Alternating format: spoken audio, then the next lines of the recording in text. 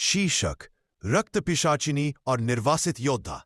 ये कहानी है एक ऐसी राक्षसी की जिसकी जिंदगी का एक ही नियम था, इंसानों का खून ही उसका जीवन था। लेकिन नियति को कुछ और ही मंजूर था। बहुत पुराने समय की बात है। घने जंगलों और ऊंचे पहाड़ों के बीच बसा था चंद्रपुर नाम का एक समृद्ध गांव। इस गांव का सबसे सम्मानित व्यक्ति था सेनापति वीरेंद्र, न्यायप्रिय, ईमानदार और निडर। वीरेंद्र का एक ही पुत्र था, अर्नव। अर्नव 22 वर्ष का, लंबा कद, मजबूत शरीर, आंखों में आत्मसम्मान और चेहरे पर अजीब सी उदासी। गांव की लगभग हर युवती उसे चाहती थी, लेकिन अर्नव का मन किसी में नहीं लगता था। वो कहता था, मुझे वो चाहिए जो मन से पवित्र हो, सिर्फ रूप से नहीं। गांव में रहती थी केतकी। रूप की कोई कमी नहीं, लेकिन स्वभाव जहरीला। केतकी अर्नव को हर हाल में पाना चाहती थी। संकेत दिए, संदेश भिजवाए, लेकिन अर्नव ने कभी एक नजर भी नहीं डाली। और फिर एक शाम सब कुछ बदल गया। अर्नव जंगल के रास्ते घर लौट रहा था। अचानक पीछे से चीख सुनाई दी।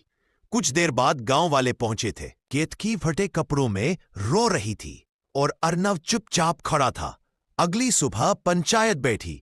गवाह केतकी के पक्ष में थे। सच के पास कोई सबूत नहीं था और फैसला सुना दिया गया।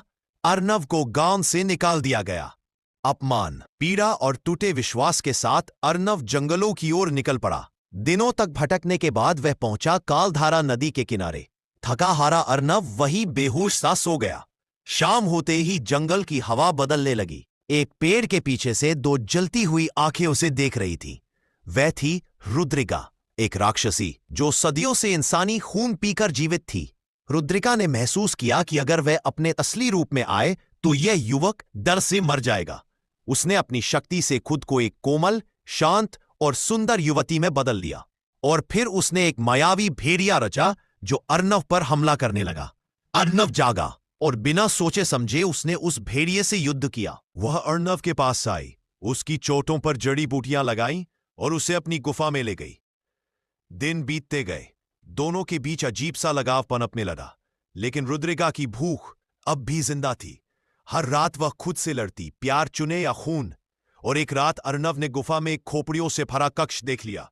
उसकी आंखों के सामने सच खड़ा था, जिससे वह प्रेम करने लगा था। वह इंसान नहीं थी, वह एक राक्षसी थी। अब सवाल यह है, क्या अर्नव उस राक्षसी को स्वीकार करेगा जिसने पहली बार किसी इंसान से प्रेम किया, या फिर रुद्रिका अपनी भूख के आगे हार जाएगी? इन सवालों का जवाब मिलेगा पार्ट 2 में, जहां प्यार और विनाश आमने सामने होंगे।